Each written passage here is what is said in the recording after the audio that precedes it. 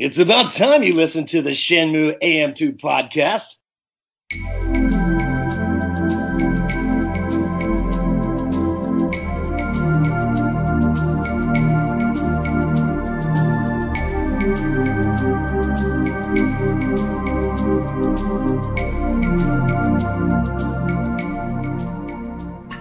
Welcome back to another episode of the Shenmue AM2 podcast. We're your hosts, Andrew and Matt.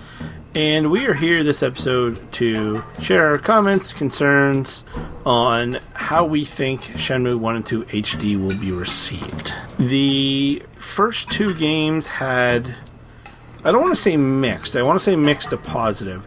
Generally, I think the overall reviews tend to be fairly good. Mm-hmm. We're looking at the Metacritic score right now for the second game. The first one actually isn't on Metacritic. From what we can see. From what we can see. But the scores here range from 100 to 80, so that's really good. It has an average Metacritic score of 88 for the Dreamcast version and 80 for the Xbox version. Yeah. Which makes sense to me because the Dreamcast version was released first. Yeah. Even though the Xbox and the Dreamcast were in the same console generation, there does seem to be a divide there. It's almost like the Xbox replaced the Dreamcast, because I think their time of actual production only overlaps for like a month or something, if that. Mm-hmm.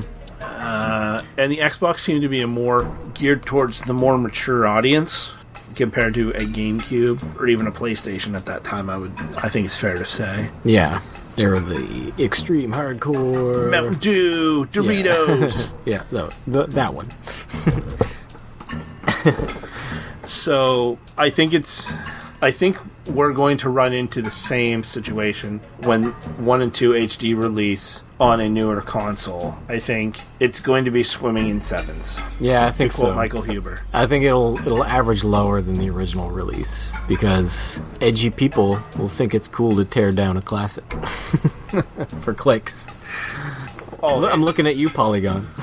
We are going to have nothing but clickbait headlines on reviews for this. Yeah, it's just going to be people gleefully deconstructing this game and telling people why it's not everything they remember it is. It'll be aimed at people who played it once way back then and then bought this re-release. I think this game is going to get nickel-backed. All right. Matt and I are Canadian, apologizing in advance for Nickelback. I think everyone knows who they are, though. Yeah, but even in the States. But they're Canadian. Yeah, we us being Canadians, we love saying sorry. Sorry about that. Sorry about that. Nickelback, as a band, people love to shit on them. With good reason. But if you're in your car and Rockstar by Nickelback comes on, change it? No. I do. Not every... Nickelback sells records. I don't know a single person who's bought one. Neither do I. I detest them. Yeah. It's not my thing, and people love to just dump all over them. Mm-hmm. But at the end of the day, they've sold millions of records. Yeah. They know how to write a hit song. Whether or not people like it, respect it, think they should exist as human beings is a different story. But they can write a hit radio song, and they can sell out arenas all over the world. Okay, but I think they're like the opposite of Shenmue, where like they sell to the lowest common denominator, just like the everyman that you never meet, but there's many of them, and Shenmue is the opposite of that. It is the opposite of it, but what I'm getting at is the love to hate it. I think the love to hate it is going to trump the loving it. We're going to be the Nickelback fans. We're going to be in the minority. Yeah. And I'm proud to say I love this game. But I think we're going to have a lot of closet Shenmue fans where, I really like it, but... I'm not going to say that. I'm not going to say that. And... Because the entire internet will be busy tearing it down at the time. I think all of the people that listen to this podcast, all of the people that, kickstarted it, all of the people that are kickstarting Adam Scipione's documentary, all of those people are going to, whether or not the game turns out to be good or bad, everyone's going to love it. Love that it exists. I think the casual fan that goes to GameStop or Best Buy that buys it to try it, I'm worried that they may love it, but they may not say they love it. And I think that's what's going to happen with reviews. I'm not necessarily worried about the reviews themselves. I'm worried about the scores. Yeah. Because I can read a review. The first thing I do when I look at any review is look at the score. I'm really guilty of this when any new Avenger movies comes out from the Marvel Cinematic Universe. Click on the IGN, scroll to the bottom, see what the score is, shut the article. You're one of those people. But then I read it. I just see the score before I watch it, and then I read the review. I think people are just going to look at scores on this. And I think the scores are going to be worse than the actual 1 and 2 now. Yeah. Yeah, I agree. And I don't think it's fair. It's not fair, but people are going to do it for the clicks. People are going to do it for the clicks. It's undoubtedly going to happen. And you know what? The same thing will probably happen with Shenmue 3. But, and I hate saying this, it doesn't really matter as long as they sell. Yeah. If Sega looks out into the world and sees all of these mediocre to potentially negative reviews, but their pockets are lined green because of this, yeah, they won't care. I don't think they're going to care. They're just going to service this loyal fan base. Saga recently has really turned it around, I think, with what they're doing. I will not give them that until they release Phantasy Star Online 2 in the West. No, not even that. Re-release the original Phantasy Star or remake it. Remake it, yeah. So I don't... They're doing well, but I won't be perfectly happy with saying... Hold on. And you also have to revive Shining Force. They did revive Shining Force. As a mobile game. No, there's a brand new one out. A brand new one. Shining Force Resonance. You don't need to click on this. But hold on. So you clearly didn't watch the stream earlier because Phantasy Star Online 2 is coming to the West. It was announced like half an hour before I came over here. You're lying. No, I'm not. You're lying. No, I'm not. I refuse to believe you. I'm not going to Google it. I'm not going to be fooled. Shining Force Resonance just came out for the Nintendo Switch. Resonance. Okay. Maybe I'm not even thinking of the right. It's like the You're thinking of Golden Axe. No. No. That doesn't look like my Shining Force. If I'm even talking about the right game. The one that's like. By the way, I am joking about that fantasy. I knew it. I wasn't gonna fall for it. I'm talking about the one that's kind of like Fire Emblem. You're thinking of Shining Force. Yeah, that's what I said.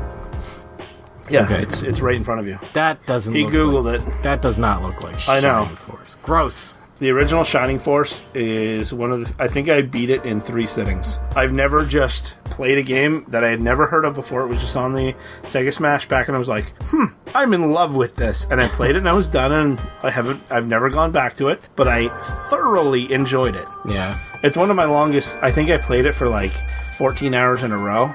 Oh, this is just Shining Resonance. It's not Shining Force Resonance. It's the same series.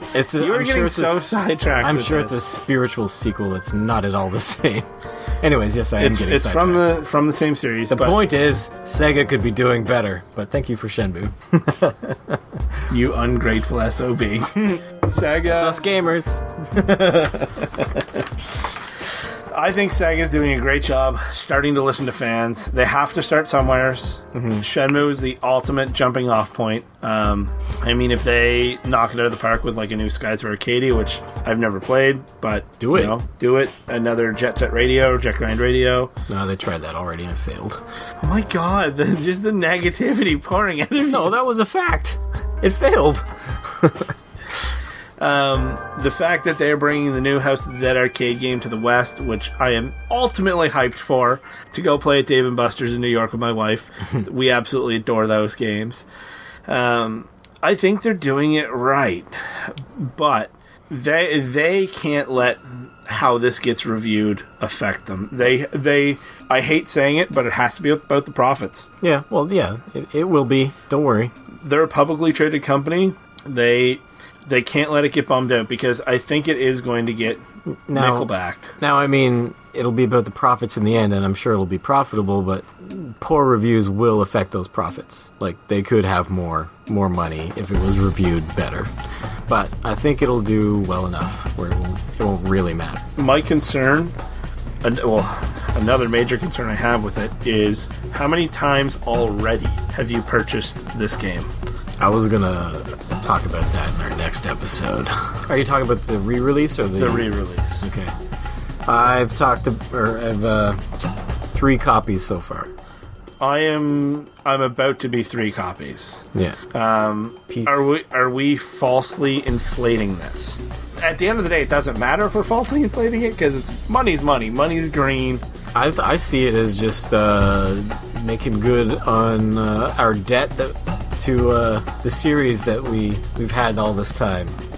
Our debt? Yep. Our debt? Yep. I think it's Sega's debt, but I'm still ponying up all the cash. No, we had a duty to make it profitable. We were all supposed to buy 2 copies, and we didn't. Oh, are you talking about the original? The original. Yeah. We're making up for that now by buying like 3 and up copies.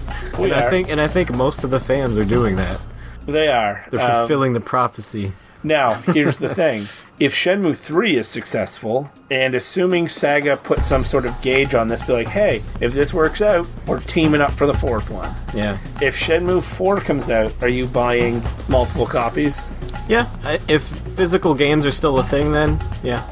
I'll buy a digital and a physical, and I'll probably buy at least 3 again. Probably get the Steam version as well. Yeah. That's assuming Shenmue 3 isn't the worst piece of shit I've ever seen, and it turns me off the series completely. But that won't happen.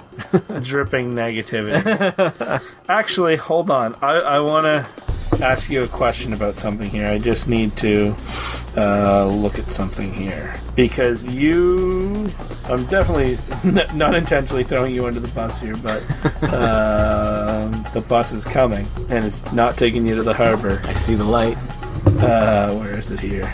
Alright, so Matt has a Twin Peaks podcast. Mm-hmm. Is it fair to say you absolutely loved the first, before the remake of Twin Peaks? Yeah. Shenmue and Twin Peaks are my 2 favorite things of all time. You posted a video when you went on some sort of Twin Peaks festival. Yeah.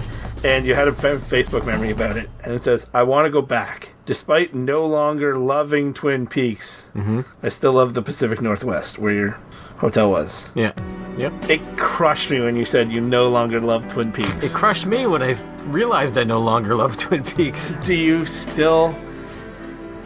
Assuming Shenmue 3 is not what you think it's going to be, it doesn't live up to your standards, can we just replace the word Twin Peaks and put Shenmue in there? Will you stop loving Shenmue? It would have to be so terrible. Like, you don't understand how bad Twin Peaks Season 3 was, in my opinion. Like, it was just the antithesis of everything I loved about the original. So if Shenmue 3 comes out, and it's got nothing of what I love about the series, and everything I hate about video games, then yeah, that could happen. But that won't happen, because Yu Suzuki is not an insane person like David Lynch. I read that and I'm like, oh man, like, it's ruined for him. It wasn't just David Lynch. It was David Lynch's fault, but then it was the David Lynch sycophants who can't handle any criticizing of his work that threw it over into the hate mode. But do you think this, if Shenmue 3 isn't what it lives up to be, do you think the exact same thing is going to happen on a grander scale? It will. Or not necessarily even a grander scale, but... There's going to be people who, even if there's glaring problems with Shenmue 3, they will hand-wave it, and they'll be like, nope, it's perfect. La la la la la la la. And I hate those people. I hate them. But there would have to be a lot of those people attacking me for my views on what I like and don't like, for it to sour my opinion on the whole series. And that's exactly what happened with Twin Peaks, but it's not going to happen. It's going to be a good game. I wholeheartedly hope you're right. I'm concerned how the reviews are going to affect Saga. Although, there's a video with Adam Korlick, and he's talking about how Saga are blown away by the response already. That's good. I really genuinely think, as Shenmue fans, we are knocking this out of the park, out of the stadium, out of the parking lot, into the universe somewhere. Stratosphere. Stratosphere was the word I was looking for. We're going to hit this thing harder than a Dark Side Hazuki to the back of Fukusan's head in the dojo. Yeah. Like I said, we're making good on what we should have done all along. Now, making this series profitable. When we review this game, 10 out of 10, no flaws. 10 out of 10, no flaws. 15, la la la la. 15 out of 10. No, I think we need to decide on how we're going to do it. I imagine we'll both play through the entire game, and I really think we should just sit down, kind of like this episode, and just talk about it, and then give it a numerical score out of, say, 100. Okay. Now, I also am interested in seeing what the Metacritic score will be, and I think we should make some sort of wager on it. All right. What I think we should do is predict the average Metascore between the PS4 and the Xbox One versions. Is there a button you can hit to look at that? Between versions? So what we would do, so they'll each have their own individual score. We just have to calculate it. So we will just average those two numbers. Okay. So if the PS4 has 20 reviews and the Xbox has 7 reviews, we're just averaging the two average Metacritic scores for each of them. Okay. So regardless of how many reviews are in each, we will average that score, and then you and I right now will predict what that's going to be, and then we will put some sort of stakes on it. Mm-hmm. T-bones, preferably. Kyla and I saw some beautiful T-bones at the grocery store tonight. Okay. So we're actually doing it for steak? Actually, yeah. Well, let's literally do it for steak. So... Either way, one of us gets to buy a nice steak dinner to celebrate Shenmue HD for the other person. Home cooked, of course. We're not going out to a restaurant for this, are we? No, we don't have to, no. Barbecue, photos to follow. And, yeah. I will say... So, hold on. Let's write these down so we can reveal them at the same time to one another. So, out of 100... We can use decimal points. Metacritic only uses whole numbers, but we'll use decimal points because it's whoever closer. Yeah. It doesn't matter over or under, just whoever is closer. Ugh, this number makes me sad. I'm ready. 1, 2, 3, reveal. Oh, very close. Whoa. Matt wrote 74, and I wrote 75.7. These are what we're predicting the average Metascore to be between the Xbox One and PS4 version. Now, the game releases on August 21st. Yeah. We will calculate the Metascore at... A week from then, or 2 weeks from then? 6 p.m. Atlantic Standard Time on August 28th. Okay. Okay, I'm writing that down. 6 p.m. Atlantic Standard Time, August 28th. Okay. I like my steak medium well. Gross. Medium rare. No, medium well, because you need a little bit of thing. And none of this Montreal steak spice bullshit. What? Sea salt. Alright. Roasted potatoes on the side. Again, just a little bit of salt and pepper on those. Mm-hmm. Maybe put them in tinfoil on the barbecue, and just a couple dollops of nice vinegar-based tangy barbecue sauce, and stir those into the potatoes. And steamed carrots. Okay. I don't really give a shit. I'm not fussy. You're like, I'll take the doo-doo meat. With a side of milk. And vitamin R. What's what's that type of steak called? That's in like TV dinners. Oh. That's what I'm feeding you. No, because I'm not feeding you. You're feeding me because I'm winning. Okay. You're gonna Salisbury steak. Salisbury. You're gonna buy me a Swanson Hungry Man. I'd be fine with that. I'm a man. I'm hungry. This week's podcast brought to you by Swanson Hungry Man Dinners. Tough fucking dinners. So, yeah, you can find us on social media at Shenmue AM2 Pod on Twitter, Shenmue AM2 Podcast, or at Shenmue AM2 Podcast on Instagram, Shenmue AM2 Podcast at gmail.com. We should really just record me saying these because I forget them. I don't even think we did them in the last episode. But yeah, we're everywhere. Everyone knows how to Google. We are everywhere. I'm looking in your window right now. Boo! We'd like to thank our sponsor, Jet Soda. Jet Soda. You've tried Jet Cola, now try Jet Soda. Excellent. An extreme blend of lemon lime, refreshing flavor. Bodacious. Grab a can, grab a bottle, pick it up at your convenience store. Extreme! It'll quench your thirst. Cowabunga.